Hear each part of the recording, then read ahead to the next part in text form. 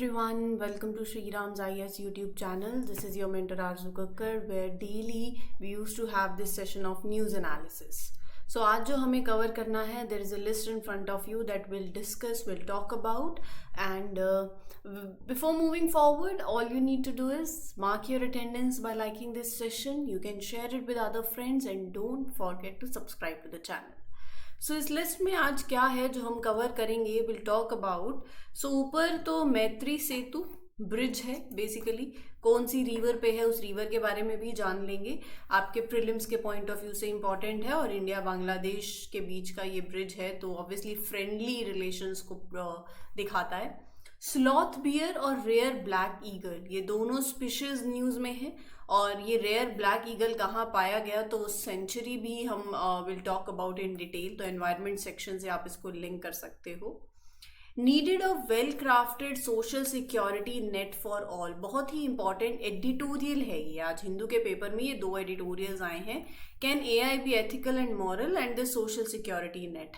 सो ये social security net में अभी क्या करंट चैलेंजेस हैं, क्या स्टेप्स लेने चाहिए इंडिया को, right. So these are the things आपके मेंस के लिए बहुत ज़्यादा रेलिवेंट है. काफ़ी पॉइंट्स निकलते हैं तो I keep all those points in front of you. Editorials को ब्रेक थ्रू करके पॉइंट्स फॉर्मेट में मैं आपके सामने रख दूंगी. नंबर ऑफ पॉइंट्स होंगे, आप साथ साथ लिखते जाना ताकि जब आप आंसर लिखें तो डायरेक्टली वो पॉइंट्स ऐड कर पाए. बहुत ही अच्छा आर्टिकल, हमने बहुत बार AI के बारे में कवर किया है. Can AI be ethical and moral, हमने डिस्कस किया है. AI जो डेटा आप देते हो, अगर वो डेटा बायस्ड डेटा है तो AI का आउटकम भी क्या होगा जो AI से आएगा, दैट इज बायस्ड. आप डिसीजन लेते हो, there is a moral content in it. Ethical values देखते हो, क्या AI देखता है इन डिसीजन मेकिंग. और गवर्नेंस के अंदर अगर आप किसी सोशल सिक्योरिटी स्कीम के लिए if you are referring to AI, so will AI take that, it will be ethical और मॉरल. तो बहुत से सवाल हैं जो आपके एथिक्स के साथ लिंक करते हैं. AI को एथिक्स के साथ लिंक कर सकते हो आप. बहुत अच्छा सवाल बन सकता है GS पेपर 4 में. इवन एस्से के अंदर भी यहाँ से सवाल बन सकता है. जिनकी फिलॉसफी ऑप्शनल है that they can also link, क्योंकि यहाँ पर आज आर्टिकल के अंदर कांत जो फिलोसोफर हैं उनको रेफर करते हुए ये आर्टिकल में कुछ बातें मेंशन्ड हैं. सो बहुत इंपॉर्टेंट पॉइंट्स यहाँ से निकल सकते हैं. Will talk about it. और जो चर्चा का विषय है, सबसे पहले तो great and good news for all of you. Chandrayaan 3 successfully launch हुआ है इंडिया के लिए. कल बहुत बड़ा दिन था एंड ऑब्वियसली इसके आगे अब यहाँ पर next mission to moon is with Japanese. तो ये इस पे चर्चा करेंगे थोड़ी सी and topic that is very much in news. So I think अब आपको पता चल गया है कि कैसे हम सेशन में प्रोसीड करेंगे. जैसे प्रोसीड करेंगे वैसे वैसे चीज़ें आपको और क्लियर होती जाएंगी. ठीक है, let's move ahead with the first editorial. We need a well crafted social security net for all. तो यहाँ पर सबसे पहले तो ये जो आर्टिकल है ये आपको जो चैलेंजेस हैं, जो दिक्कतें हैं, या फिर जिस तरीके से चीज़ें अभी आप बोल सकते हो they are not working well, क्या हो रहा है करंटली, इश्यूज. आप सिंपल बात करूँ तो issues associated with social service, social security, you can say it better, social security and welfare programmes. क्या इश्यूज है? पहला,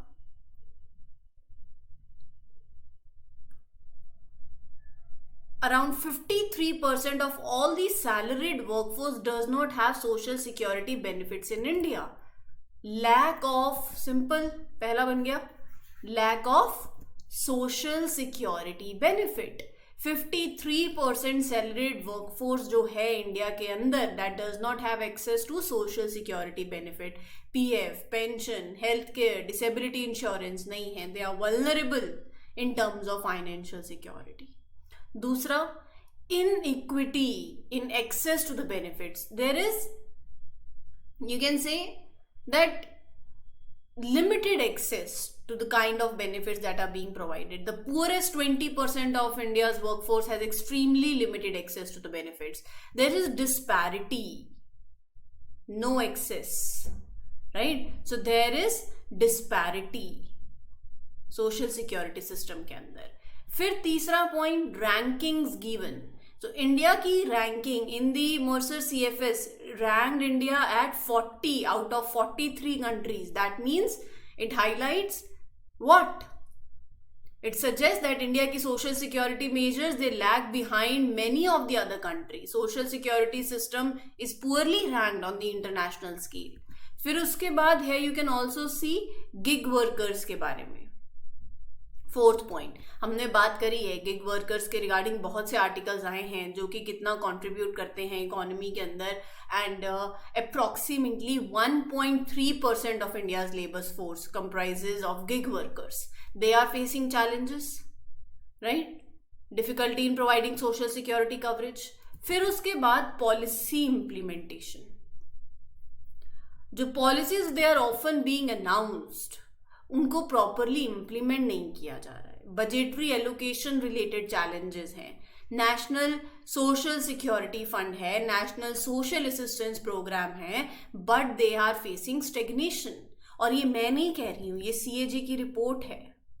नेशनल सोशल सिक्योरिटी फंड है, सोशल असिस्टेंस प्रोग्राम है. यहां पर देखो, दे आर सेइंग, CAG की रिपोर्ट,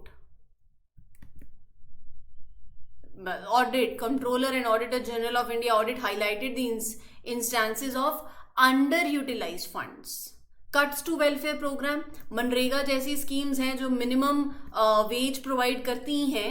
अगर इस पे तो डिबेट रही है कि बजट कट हुए हैं विच अफेक्टेड द प्रोग्राम. लेकिन देखो, एक तरफ यही है कि अगर आप ऐसी स्कीम में पैसा नहीं लगा रहे हो तो गवर्नमेंट का ये कहना था कि अब जरूरत नहीं है, एम्प्लॉयमेंट अपॉर्चुनिटीज बढ़ गई हैं, राइट. ये अच्छी बात है, वो कह रहे हैं. लेकिन दूसरी तरफ अभी कुछ दिन पहले हमने आर्टिकल कवर किया था कि इंडिया के अंदर इकोनॉमिक ग्रोथ हो रही है, लेकिन वो इकोनॉमिक ग्रोथ के साथ अगर मनरेगा के अंदर भी रजिस्ट्रेशन बढ़ रहे हैं, दैट मीन्स जॉब नहीं है ना. सो जॉबलेस ग्रोथ हम बोल सकते हैं, वो नहीं होना चाहिए. There is mismanagement and poor utilisation. The funds that are being collected for social security, they are not being utilized fully. They are not being properly utilized. तो इन्होंने ना यहाँ पर ब्राजील और इंडिया, एक ब्राजीलियन गुड प्रैक्टिसेस इन social security वो highlight किया है और इंडिया का भी हाईलाइट किया है. देखो, हमें दूसरी कंट्री का सोशल सिक्योरिटी सिस्टम इतना जानना नहीं है, बट हाँ, हालांकि मैं आपको थोड़ा सा पॉइंट बता सकती हूँ कि जो ब्राजील सिस्टम है वो कॉन्ट्रीब्यूशन बेस्ड है. मतलब it provides coverage for various situations that lead to economic loss for workers. Accident at work, disability, preventing work, death, medical treatment leading to time away from the work. कभी कभार हो सकता है कि कोई ऐसा ट्रीटमेंट चल रहा हो, आप काम नहीं कर सकते, साल भर चल रहा हो सकता है, फैमिली बर्डन हो सकता है. सो वो सब कुछ उन्होंने कवर किया है. That is straightforward, right. A one call visit to a bank, right. Simply phone call चाहिए if you access to the social security benefits. लेकिन इंडिया के कंट्रास्ट में अगर आप देखो तो they are saying that around 90% India की workforce वो इनफॉर्मल सेक्टर में काम कर रही है. सोशल सिक्योरिटी एक्सेस नहीं है, right. We need to consolidate our legislations, right. फिर उसके बाद इंडिया क्या स्टेप्स ले? Steps for India, administratively feasible, चीज़ों को स्ट्रीमलाइन करना बहुत ज़्यादा इंपॉर्टेंट है. पहला तो अपना जो कंट्रीब्यूशन है for the formal and informal workers उसको एक्सपैंड करो. एम्प्लॉयर और एम्प्लॉय का contribution under the EPFO system for formal workers उसको एक्सपैंड करो. इनफॉर्मल वर्कर्स में जिनकी एक मीनिंगफुल इनकम है वो पार्शियली कंट्रीब्यूट करें, क्योंकि आप चाहते हो कि इनफॉर्मल एंटरप्राइजेस को एनकरेज किया जाए to formalise and contribute more to the social security system. दूसरा, vulnerable groups में गवर्नमेंट की intervention. Government should step in to provide social protection, a safety net for the most of the vulnerable sections of the society, right? Reforms and legislation, जो legislations हैं that they should aim to provide a statutory framework for social security for various segment of the society. चाहे वो urban poor हो, rural poor हो, gig industry worker हो, informal sector का worker हो, आप उनको insurance, disability insurance, accident insurance, health benefits, maternal health care benefits, old age protection, ये सब कुछ दो। देन डिजिटाइजेशन एंड एनरोलमेंट, ये सारे पॉइंट्स आप लिख सकते हो।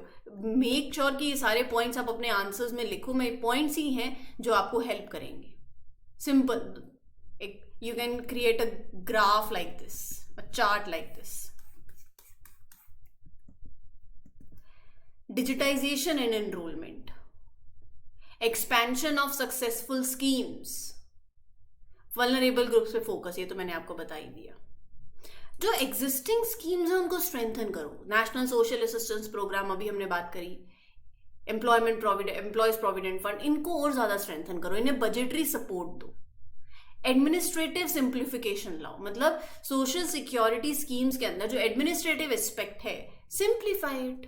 अननेसेसरी डिफरेंट लेवल्स पे ऑफ द गवर्नमेंट कंफ्यूजन नहीं हो। अवेयरनेस रेज करो, सबसे important. Organisations like self employed women's association, they are suggested to be funded for running campaigns. Women's को टारगेट करो, provide them the information, government offered services, right. So और सबसे important, equitable growth. ऐसी policies हो जहां पर equitable growth हो, right. जो हमने अभी बात करी थी ना, there is inequity of access to the resources, वो नहीं होना चाहिए। क्लियर है। सो ये जितना भी आर्टिकल था मैंने आपको इसको आपके लिए पॉइंट्स में ब्रेक डाउन कर दिया है, और ये नंबर ऑफ पॉइंट्स हैं जो directly you can use in your answer writing. Then you have, can AI be ethical and moral? बहुत बड़ा सवाल है। आर्टिफिशियल इंटेलिजेंस का रोल डिसीजन मेकिंग में और उसका बढ़ता रोल डिसीजन मेकिंग में, वो ये आर्टिकल डिस्कस कर रहा है। ये आर्टिकल आपके GS पेपर 4 एस्से में बहुत काम आएगा।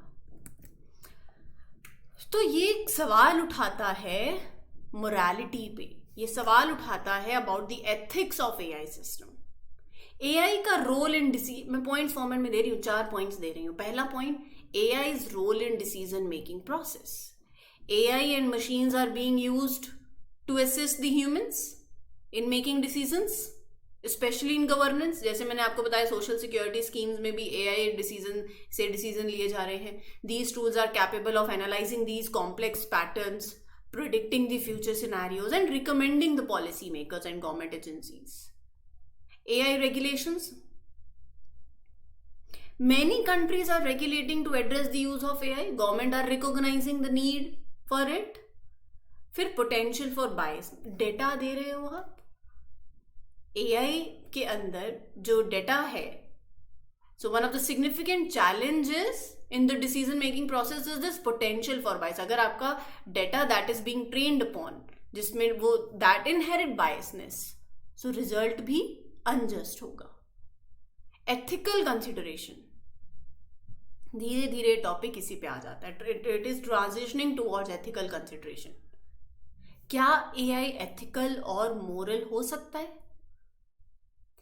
It raises concern about the values, principles that AI system might follow in decision making process. Ethical challenges पे ये आर्टिकल बात करता है, जिसके अंदर उन्होंने कैंट की फिलॉसफी के बारे में बात करी है।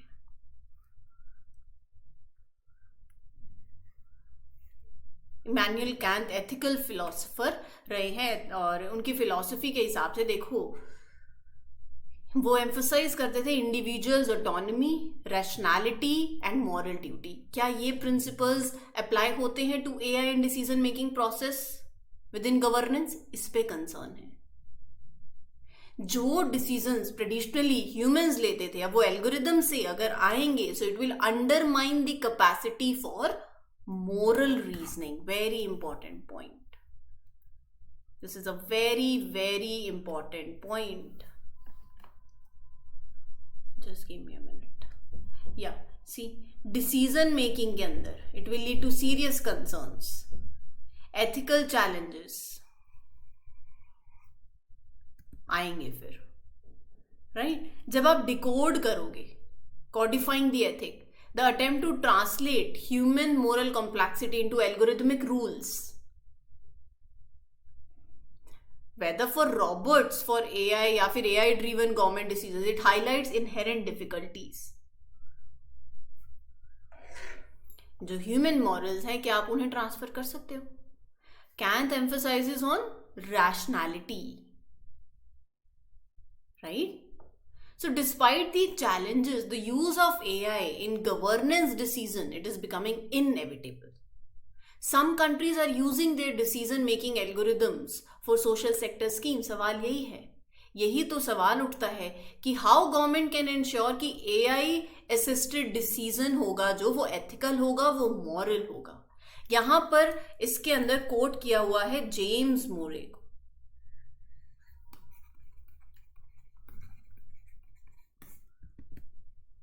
क्या कहते हैं? That programming a computer to be ethical is more challenging than programming it to excel in chess. मतलब अगर आप किसी कंप्यूटर, देखो चेस में वेल डिफाइंड रूल्स हैं, अगर आप किसी कंप्यूटर को ये प्रोग्रामिंग करो कि भैया तो एथिकल हो जा, वो ज्यादा डिफिकल्ट है as compared to programming a computer to excel like activities in like chess, क्योंकि एथिक्स के अंदर it involve ill defined aspect. Chess में तो फिर भी वेल डिफाइंड रूल्स है, वो उसमें फिर भी एक्सेल कर सकता है. That is the case. तो it uses philosophical perspective to underscore the complexities of encoding human ethics into algorithms, right? अब इसके अंदर उन्होंने एक और टर्म यूज करी है, AMA, आर्टिफिशियल मोरल एजेंट्स. ये सवाल उठता है, क्या मशीन्स, क्या AIs can be moral agents? तो यहां पर उन्होंने 4 तरीके से कैटेगराइज किया है. क्या है वो? Ethical impact agent, implicit ethical agent, explicit ethical agent, fully ethical agent.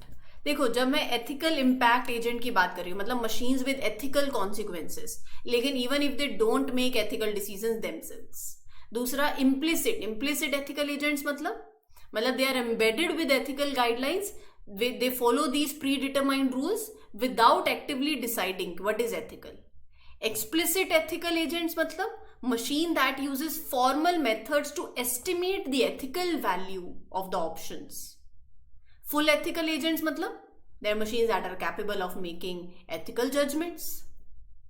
Challenge तो यही है, जो थर्ड और फोर्थ हैं, explicit और full, they are not straightforward. Technologically, machines are far from replacing the human judgments in ethical scenarios.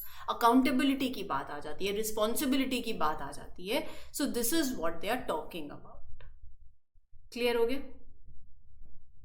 This is this whole article जो आपका बहुत ज़्यादा important है and सवाल यहाँ से definitely बन सकता है. Then you have this चर्चा का विषय आज का क्या है हमारा? Chandrayaan 3 on moon, वही है good news for all, but India to shift focus on Chandrayaan 4 with Japan. Chandrayaan 4 बोले तो यहाँ पर they are all LUPEX, or you can whatever you pronounce it as, Lunar Polar Exploration Mission. It is being referred to as Chandrayaan 4. तो यहाँ पर ISRO और Japanese Space Agency का collaboration होगा ये, जहां इनका मेन पर्पस क्या है? To investigate lunar polar region. उसकी पोटेंशियल है, देखो अनडिस्कवर्ड और है वो एरिया, मतलब वहाँ वी ऑल नो अभी चंद्रयान 4 के चलते ये हमने बातें कल भी हमने कवर करी थी. जो पोलर रीजन है, आप उसको अगर it has a potential, right? Scientific research, you can study, it will help the scientists to understand the broader geology, mineralogy, composition of the moon, right? Processes that have shaped its surface over billions of years. Water ice detection, it can be used for further drinking, agriculture, even converted into oxygen and hydrogen for breathing. So ये चीजें explore करने वाली है. These polar regions are relatively unexplored. They can give you the insight into the moon's history, the impact of space weathering, right? So ये India Japan का जो joint mission है, it will strengthen the both nations to answer one of the most intriguing questions in it. Lunar exploration और ज़्यादा sustainable होगा। 2025 में it is set to be launched, और यहाँ पर इसके अंदर they are developing rover and lander respectively. The rover will not only carry the instruments of ISRO and Japanese space agency, aerospace exploration agency, but साथ में US space agency का भी and European space agency का भी, right. India ने एक इतिहास रचा है कल, being the first country having soft landing on the south pole, right. ये अपने आप में बहुत बड़ी बात है। एंड रेदर वैसे we are into this club of 3 members other than who have were on the moon: US, China, Soviet Union that time, right? Then you have Maitri Setu. Maitri Setu, bridge between India and Bangladesh. कौन सी river पे है? Very important, river का नाम पता होना चाहिए। कहाँ से बहती है? That is also very important. कौन सी रिवर है? फेनी रिवर। इसके फैक्ट्स अभी आपको बताऊंगी, लेकिन ये जो मैत्री सेतु है, ये bridge hold significance. It symbolises growing bilateral relations, friendly ties between India and Bangladesh. 1.9 kilometre long ये ब्रिज है that is joining Sabroom in Tripura with Ramgarh in Bangladesh. Feni river पे बना हुआ है ये, और national highway and infrastructure development corporation is the construction of this bridge was overseen by them. Cargo, traffic, flow of traffic को it will control, right. India Bangladesh border, ये Feni river, it forms a part. यही homework है आपका आज, map में देखना है। Feni river Tripura district से ओरिजिनेट करती है और बांग्लादेश में फ्लो करते हुए बे ऑफ बंगाल को मीट कर जाती है, राइट। 116 किलोमीटर इसकी लेंथ है। इसकी tributaries Muri river, Raidak river, Chandkhera river, Reang river, Kushiyara river, so ये सारी इसकी ट्रिब्यूटरीज हैं। Then you have this, sir का नाम स्लॉथ बियर है, और ह्यूमन सेटलमेंट्स में नीलगिरीज के पास ये देखने को मिला, वापस इसको कैप्चर किया और रीलोकेट किया। इंडिया के अंदर 8 स्पीशीज हैं बियर की, जिसमें से एक स्लॉथ बियर भी है। IUCN स्टेटस में वल्नरेबल कैटेगरी में है। इंडिया, श्रीलंका, नेपाल, वहां देखने को मिलता है। इंडिया के अंदर 90% ग्लोबल स्लोथ बियर की पॉपुलेशन है, ग्लोबली बात करें तो। Scientific name Melursus ursinus. Dry moist forest, small tall grasslands, some tall grasslands, shrubs, यहाँ पर आपको ये देखने को मिलेगा। थोड़ा लॉन्ग, जैसे आपने देखा था ना, शेगी डार्क ब्राउन ब्लैक फर है, कर्व्ड क्लॉज हैं। ये क्लॉज उनको हेल्प करते हैं to excavate termites and ants that they eat. और इनका आईसाइट, और मतलब they have poor sense of sight and hearing but good sense of smell. Nostrils, मतलब sloth bears nostrils can close completely, ताकि they protect themselves from dust और insects when they are raiding the termite nest और beehives for their food, right? Size 5 to 6 feet, 90 to 140 kg weight, and they stand 2 to 3 feet high at the shoulder. Vulnerable category, Schedule 1 में wild life protection act के अंदर।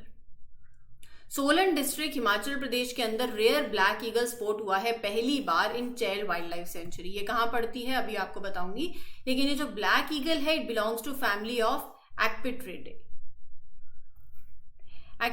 and is the only member of the genus Lectinatus। Mountains और hills पे देखने को मिलता है ये। इसका फीचर ये है कि वैसे ब्लैक कलर का है लेकिन बीक येलो कलर की है, तो कंट्रास्ट में पड़ जाती है थोड़ी सी, राइट। हिली रीजन्स पे of the tropical and subtropical South East Asia वहां देखने को मिलता है। Himachal Pradesh, Jammu and Kashmir, Eastern Ghats, Western Ghats वहां देखने को मिलता है। IUCN स्टेटस में लीस्ट कंसर्न में है। और रही बात चेल वाइल्ड लाइफ सेंचुरी की, तो ये सेंचुरी हिमाचल प्रदेश के अंदर है। ट्रिब्यूटरी जो है it comprises the part of catchment area of a tributary of Giri river. Oak pine जैसी स्पीशीज देखने को मिलेंगी, बाकी black bear, common langur, porcupine, flying squirrel, ये सारी आपको स्पीशीज देखने को मिलेंगी। Then you have this article that is regarding your young population, shifting priorities of young population.